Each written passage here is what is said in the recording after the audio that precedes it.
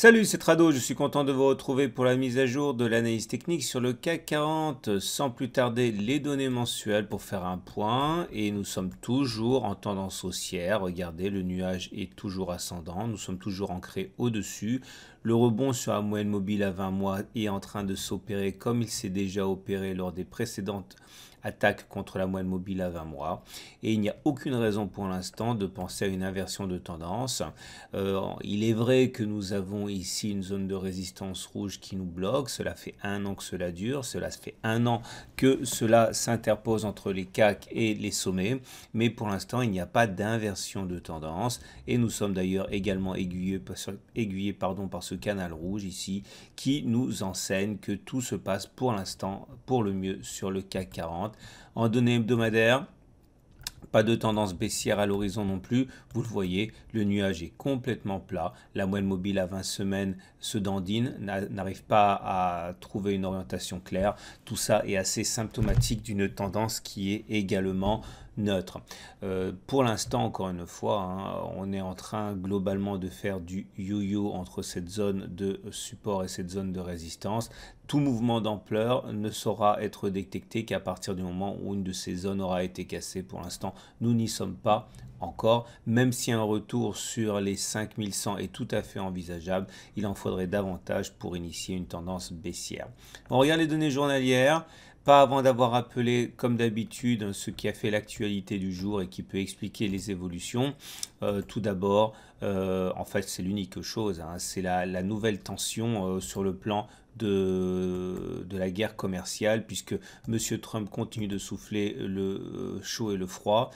Ce week-end, c'était pour dire qu'il envisageait de rouvrir des négociations. Aujourd'hui, en utilisant son canal de diffusion préféré, Twitter, il a dit en gros que tout se passe très bien pour les États-Unis, qu'ils sont en position de force et que les partenaires ont deux choix, soit ils négocient hein, avec les États-Unis, soit ils seront taxés et évidemment hein, ce discours assez guerrier a un peu fragilisé les ardeurs des haussiers.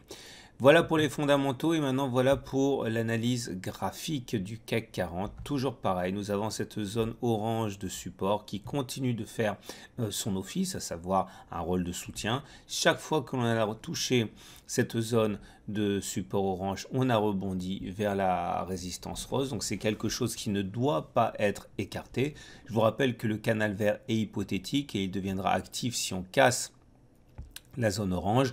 Pour l'instant, ce n'est pas le cas non plus. Maintenant, il est vrai que, oui, également, nous avons ici un gap qui a été ouvert, on le sait, on a parlé en temps réel.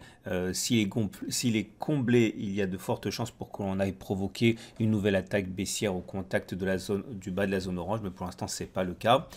Je disais donc que ce sont les chandeliers japonais qui m'interpellent, mais avant de l'oublier, regardez hein, les Fibonacci, ça aussi j'en ai beaucoup parlé la semaine dernière, il n'y a pas de raison de ne pas en parler cette semaine. Vous voyez comme on a sauté, grappillé hein, les paliers 1 à 1, on a passé les 23,6, on a passé les 38,2, on a passé les 50. Tant qu'on ne passera pas les 50, on ne pourra pas envisager de passer les 61,8.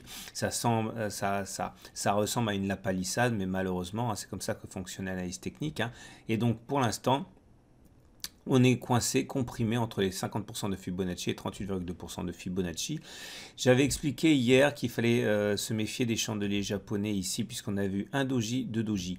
Et certains disent, hein, enfin c'est les statistiques qui le disent, que si on a 3 doji d'affilée, c'est-à-dire un tristar, eh bien c'est un signal baissier. Alors aujourd'hui on n'a pas eu de doji, ça s'appelle une toupie, ce qu'on a là, enfin c'est même pas une toupie, hein, mais en tout cas, l'idée surtout, c'est que vous avez une bougie qui s'apparente à l'indécision, qui montre que les opérateurs hésitent. Et dans l'esprit, hein, ça pourrait être pris comme un doji, même si ça n'en est pas un. En tout cas, une raison de se méfier quand même de ce qui se passe actuellement. Le rebond technique, pour l'instant, n'est que, et c'est dans le nom, technique. Hein. Regardez les indicateurs techniques à présent. Et voilà ce que nous montrent les indicateurs techniques. Tout d'abord, notez la platitude de la moyenne mobile à 20 séances, qui montre qu'on est en tendance neutre. C'est confirmé par la Bollinger supérieure et la Bollinger inférieure qui sont également à l'horizontale. Ce qui est inquiétant, c'est que plus on passe du temps en dessous de la M20, plus on oriente sa pente vers le bas. Et si on devait être en dessous d'une moyenne mobile à 20 séances qui descend, ce serait une autre chanson puisque la tendance deviendrait baissière. Pour l'instant, regardez le balai M7, M20, très important à suivre. C'est un des modules les plus importants dans ma formation intégrale. Nous sommes en train de remonter vers la M20, ce qui nous laisse deux options. Un croisement haussier faible, comme il y a eu ici, c'est pas très puissant comme signal, ça peut très vite se muer en autre chose, ou alors, beaucoup plus dangereux, un non-croisement baissier qu'il faudra surveiller de près. Donc ça, c'est la première des choses. La deuxième des choses, c'est que vous voyez, on avait dit, et ça je le dis, mais c'est la dernière fois que je le dis parce que ça va être répétitif, on avait un setup que j'utilise souvent, sortie des bandes de Bollinger, réintégration des bandes de Bollinger, objectif 1, M7. Si on passe la M7, objectif 2, M20. Le problème ici, c'est qu'on est bloqué dans notre ascension par le fait que nous avons les 50% de Fibonacci. Mais on peut tout à fait envisager, bien sûr, que l'objectif ne soit pas rallié. Il n'y a pas d'obligation à ce que la M20 soit ralliée. C'est qu'une question de statistique et de probabilité. Maintenant, si la baisse est violente, la M20 pourrait descendre et faire contact avec les bougies au lieu d'avoir les bougies qui montent vers la M20. Ce qui, en fait, irait dans le sens des statistiques. Donc, il faut se méfier de cette M20 qui ne veut pas être franchie à la hausse. Regardez également, et c'est important, les indicateurs techniques à proprement parler.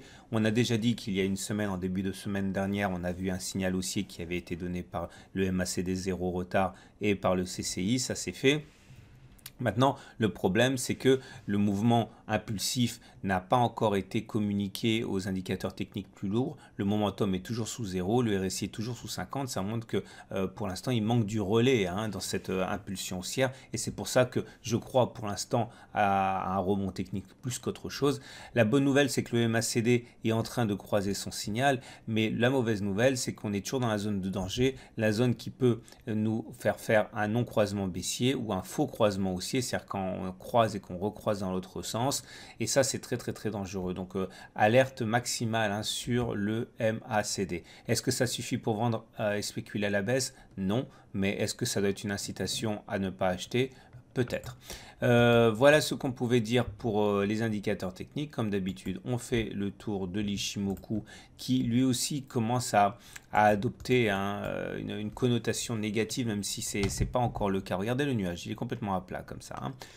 Et on sait que tant qu'on est avec un nuage à plat, on n'est pas en tendance baissière. Néanmoins, comme vous pouvez le remarquer, la SSA est en train de filer vers le bas et la SSB est toujours à plat, heureusement. Mais si la SSB devait adopter une pente baissière aussi, attention, le nuage deviendrait croissant et déchaînerait toute sa puissance destructrice si on cassait la zone orange vers le bas, puisque ça serait un petit peu les abysses. Voilà ce qu'on pouvait dire. On surveillera ça de près. Pour l'instant, et sans faire de l'analyse technique fiction, on est toujours en tendance neutre pour l'Ichimoku. Regardez les données horaires, comme d'habitude. Et ces données horaires, nous montrent que c'est la troisième fois que j'utilise la même matrice. C'est exceptionnel que la